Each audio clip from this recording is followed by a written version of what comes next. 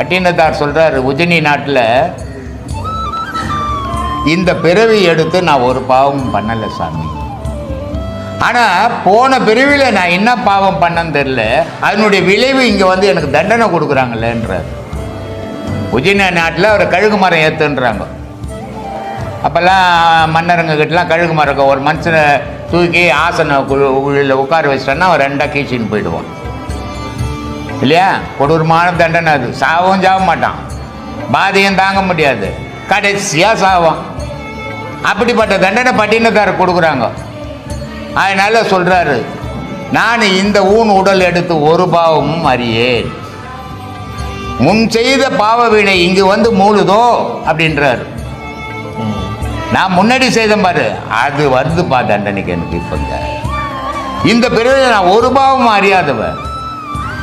அப்போ அவ்வளோ பெரிய மகானுக்கே முன்பிறவி பாவம் வருது, உனக்கு வராதா? கொஞ்சமான பாவமாக பண்ணிக்கிற நீ நானும். நீங்கள் உங்கள் புத்தகத்தில் சொல்லியிருந்தீங்க சாமி, தர்மம் செய்யுங்கள் அது உங்களோட தீவினையை போக்கும் அப்படின்னு சொல்லியிருக்கீங்க. அப்போ தர்மம் மட்டும் செஞ்சால் போதுமா? யோகம்லாம் எதுக்கு சாமி? தர்மம் செய்தால் தீவினை மட்டும்தான் போவோம். தர்மம் செய்யறதால கடவுளை போய் அடைய முடியாது. தர்மமும் செய்யணும், யோகமும் செய்யணும். தர்மத்தால் உன் பாவம் அழியும், யோகத்தால் கடவுளை அடையலாம். அதனால் இது ரெண்டும் அவசியம். இப்போ ஒரு 10 ஆம்பளைங்க ஒரு ரூம் எடுத்துக்கினா குடும்பம்னுவாங்கள சொல்லுவாங்கள்ல?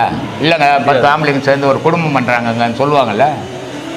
ஒரு ஆம்பளை கூட ஒரு பொம்பளை சேர்ந்தா என்ன சொல்லுவாங்க? குடும்பம்னுவாங்க. அது மாதிரி இது ரெண்டும் செய்தால் தான் கடவுள் வழிபாடு.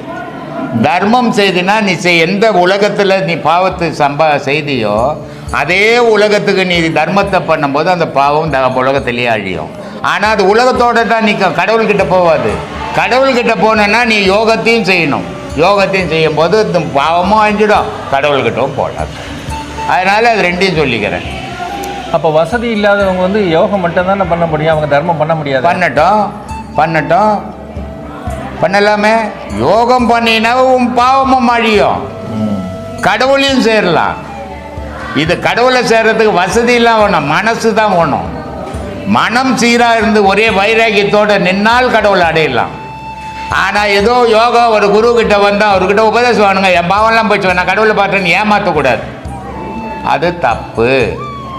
அதனால் ஓயோ முயற்சியாக இது வசதிக்கே இது இங்கே அடிப்படை பேசு இது கிடையாது. இது மனசுக்கு தான் பேசுது. மனம் உனக்கு உறுதியோடு